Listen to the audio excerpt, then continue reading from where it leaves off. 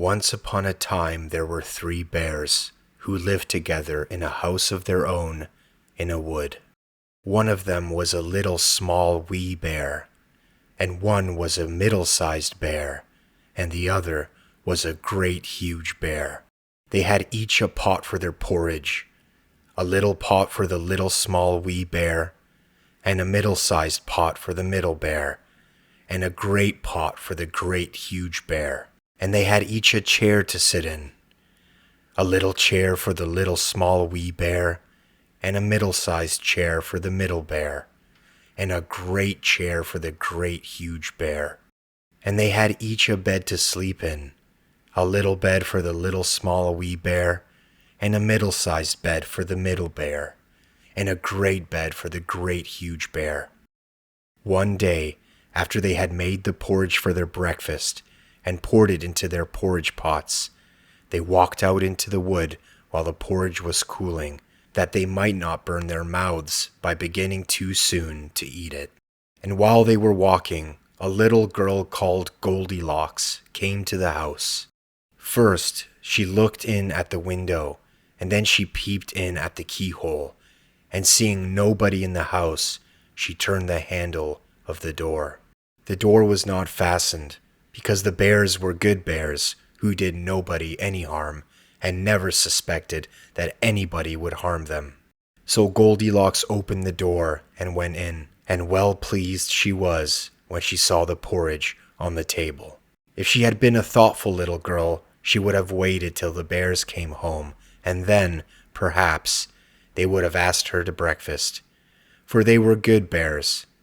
A little rough or so, as the manner of bears is, but for all that, very good-natured and hospitable. But the porridge looked tempting, and she set about helping herself. So first she tasted the porridge of the great huge bear, and that was too hot for her. And then she tasted the porridge of the middle bear, and that was too cold for her. And then she went to the porridge of the little small wee bear and tasted that, and that was neither too hot nor too cold, but just right. And she liked it so well that she ate it all up. Then Goldilocks sat down in the chair of the great huge bear, and that was too hard for her. And then she sat down in the chair of the middle bear, and that was too soft for her. And then she sat down in the chair of the little small wee bear, and that was neither too hard nor too soft, but just right. So she seated herself in it, and there she sat till the bottom of the chair came out, and down she came plump upon the ground.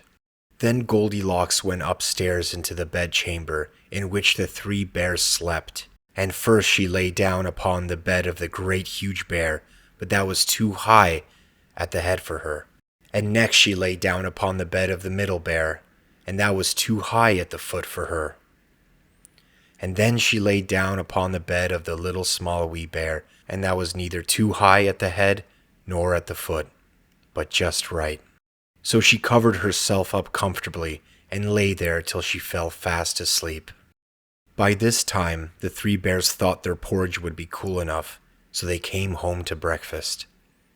Now Goldilocks had left the spoon of the great huge bear standing in his porridge. "Somebody has been at my porridge," said the great huge bear in his great, rough, gruff voice.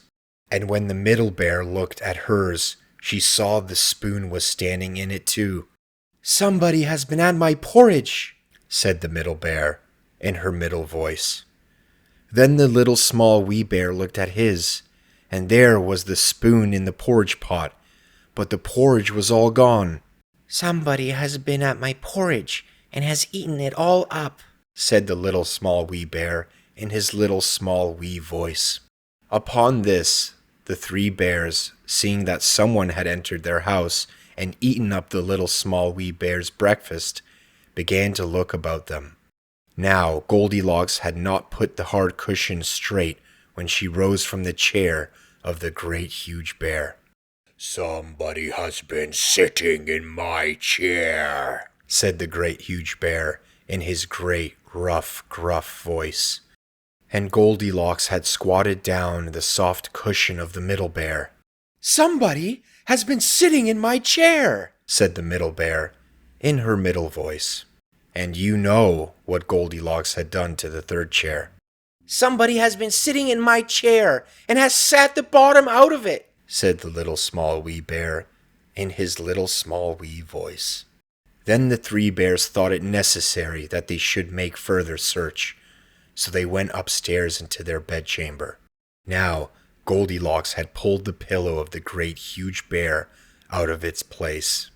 "Somebody has been lying in my bed," said the great huge bear, in his great, rough, gruff voice. And Goldilocks had pulled the bolster of the middle bear out of its place. "Somebody has been lying in my bed," said the middle bear, in her middle voice.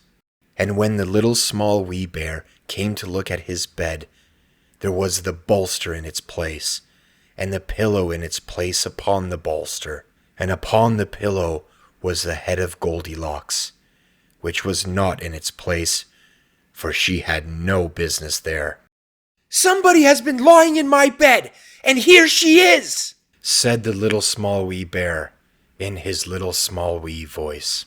Goldilocks had heard in her sleep the great, rough, gruff voice of the great huge bear, and the middle voice of the middle bear, but it was only as if she had heard someone speaking in a dream.